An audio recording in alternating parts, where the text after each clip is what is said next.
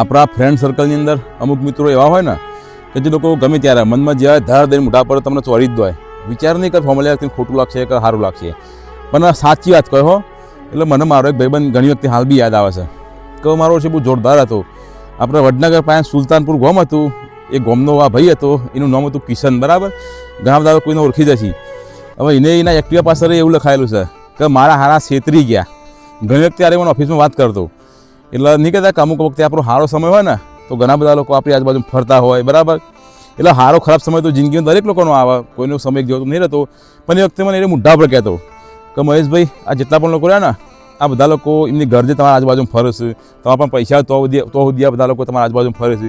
પણ જે પણ ટાઈમ તમારી પરીક્ષાનો સમય આવશે, તમારો ખરાબ સમય આવશે ને, એટલા બધા લોકો કંઈ ઊભા નહીં રહે, બધા પોતપોતાનું કરવા મળશે. બરાબર, એટલે આપણે કોઈને ખરાબ નહીં કહેતા, પણ માણસની આ માનસિકતા છે. માણસો ખરેખર આવા જ હોય. અને હાલે પણ ઘણી વખતે મને એ યાદ આવે છે. એટલે ઘણી વખતે ઈચ્છા થાય કે એના વિડીયો લાવવો છે મારા, જો કોમેન્ટ આવશે ને તો એના વિડીયો લાવી એના પાસે આખું પોડકાસ્ટ બનાવો છે.